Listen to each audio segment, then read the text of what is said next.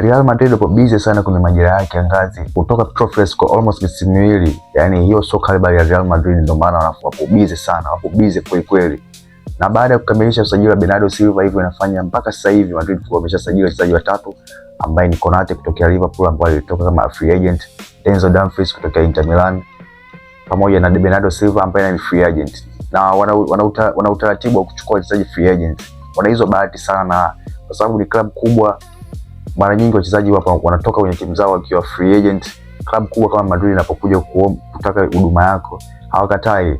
Sasa msimu huu free agent ambao wamechukulia ni wawili, Konate pamoja na Bernardo Silva. Msimu uliopita tunakumbuka Trent Alexander-Arnold alichukuliwa akiwa free. Kwenye majira yake angazi unaonekana bado hajamaliza kazi, maana kwenye midfield pale Matheus Fernandes anatajwa akitokea West Ham na anahitajika pale Santiago Bernabeu. Vile vile kwenye backline Nico Schlotterbeck kutokea Dortmund naye anatajwa, pamoja na Ricardo Calafiori kutokea Arsenal. Kati ya hao wawili mmoja anaweza katoa Real Madrid. So let's wait and see tuone bado wachezaji wangapi ambao watasajiliwa Madrid kwenye majira yake ya ngazi.